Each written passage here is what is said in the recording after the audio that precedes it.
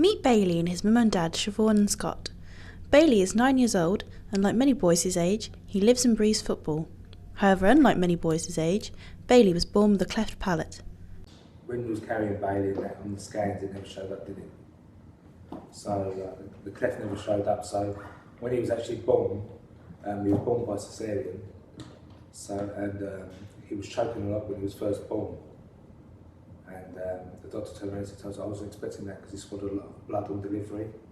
But it wasn't the case. Like a couple of days later, when he was crying, my wife had him in his arms. Well, he kept choking, because I was cesarean. He kept choking, so I kept saying to myself, this ain't right. And like the doctor said, oh no, it's fine, because he's swallowed a lot of blood on the delivery. He said it's quite normal for him to have big choking and stuff. But he kept going blue with it as well, and kept saying to myself, this ain't right, this ain't right. So she got a paediatrician come check him, they checked him over, said no, he's fine. Then he'd done it later on that evening, my parents were there, my mother-in-law, and the midwife at the time, she went and got another doctor, another paediatrician. He came, took him away. But as I was holding him and we walked away, he let a big cry out, and I could see this big hole. So I said to what is it? That's when they said it was cleft. At the time, obviously we didn't know what cleft was, so it was quite a shock to us. Cleft lip and palate is a separation or a split or a fault, if you like, within the lip or the palate or both. Parents find out about their child's condition, cleft lip and palate, either antenatally through the scan diagnosis, which is usually only identifies the cleft lip, or they would be informed about the diagnosis just after birth when the baby is born.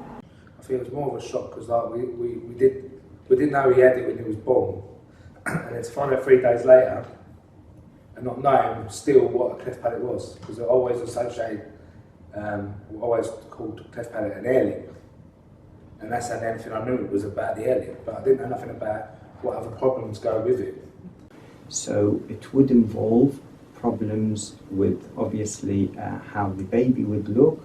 It would involve problems with the hearing, the feeding, the development of the teeth and chewing, and most importantly with the speech.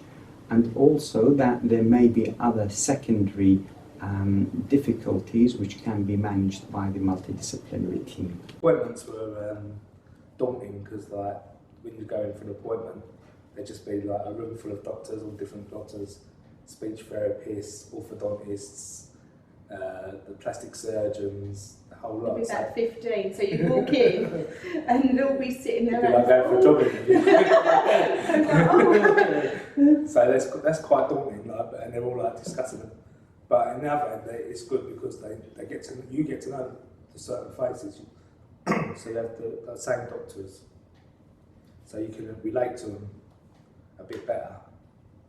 If the baby is diagnosed after birth, then the family and the baby would meet the full multidisciplinary team, and this would involve the pediatrician, the plastic surgeon, the ENT surgeon, the audiovestibular physician, the specialist nurse, the psychologist, the speech and language therapists, and many other members of the team who are vital in delivering that care for the baby during their journey. And then the day I got discharged, I had to go straight to Chelmsford, obviously get him seen, and it was a case of all the follow-ups and how to feed him, all the specialities that had to be done and stuff. We came back every couple of weeks, wasn't it? Obviously his weight was monitored continuously because he had a soft squeezy bottle to be fed on, and different teats. It was a change of all bottles and teats and stuff that we had already bought, didn't we, when I was pregnant. But I think instinct takes over and just learns to sort of just get on with it, and you have to deal with it at that time, and I think it's just one of those things. It's unfortunate.